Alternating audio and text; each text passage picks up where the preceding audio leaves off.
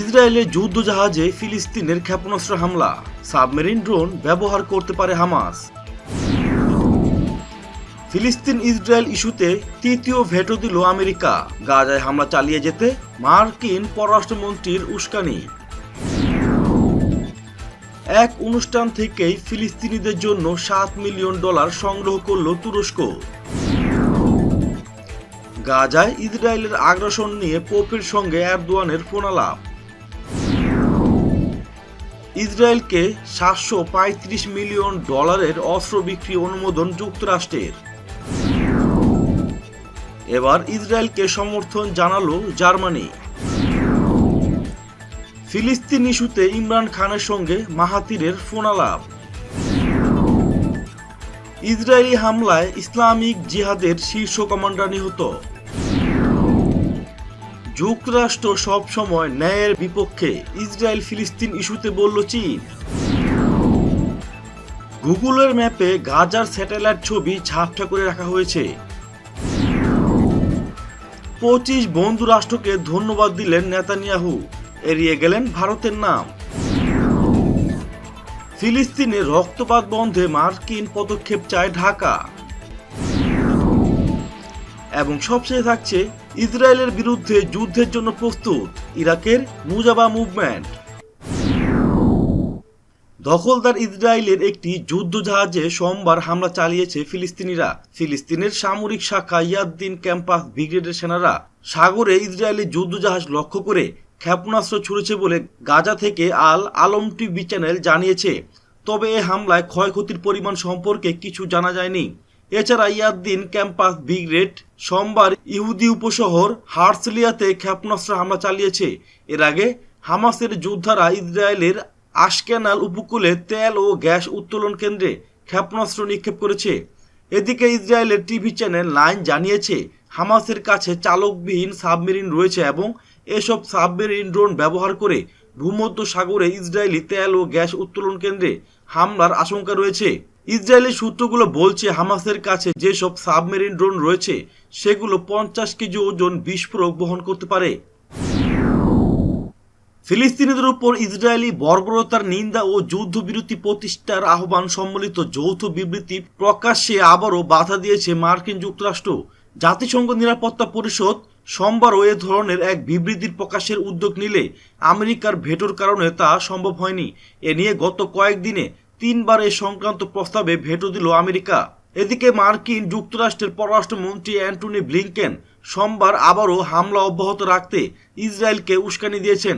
তিনি বলেছেন, ফিলিস্তিনের হামলা থেকে বাঁচতে ইসরায়েলের আত্মরক্ষার অধিকার আছে।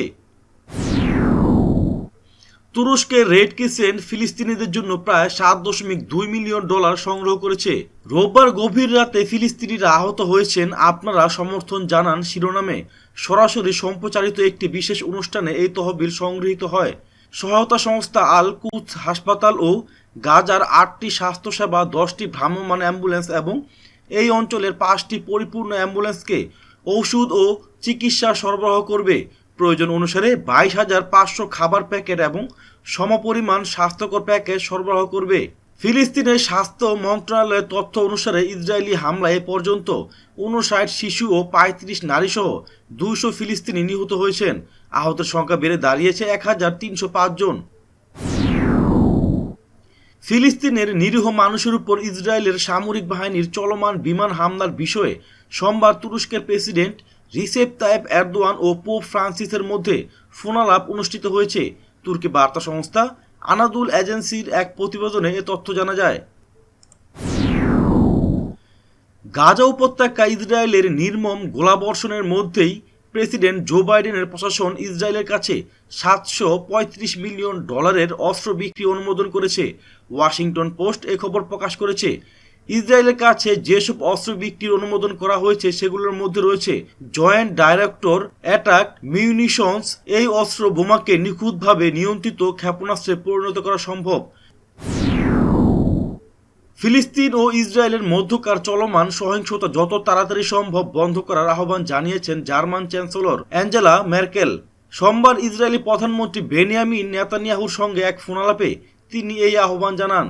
প্রতিবেদনে বলা হয়, তিনি এই সংঘর্ষে ইসরায়েলের সাথে জার্মানির সংহতি প্রকাশ করেন। অ্যাঞ্জেলা মর্কেলের মুখপাত্র স্টেফেন সেবার্ট বলেন, ইসরায়েলের উপর গাজা থেকে অব্যাহত রকেট হামলার তীব্র নিন্দা জানিয়েছেন চ্যান্সেলর।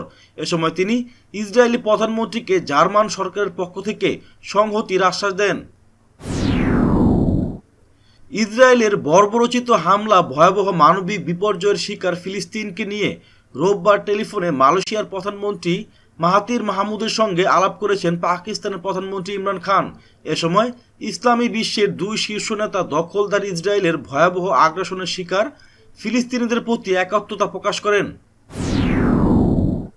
গাজা ইসরায়েলি বিমান হামলায় হুসাম বাবু হারবিদ নামে ফিলিস্তিনি ইসলামিক জিহাদের এক শীর্ষ কমান্ডার নিহত হয়েছেন। সোমবার ইসরায়েলি বিমান হামলায় নিহত হন তিনি।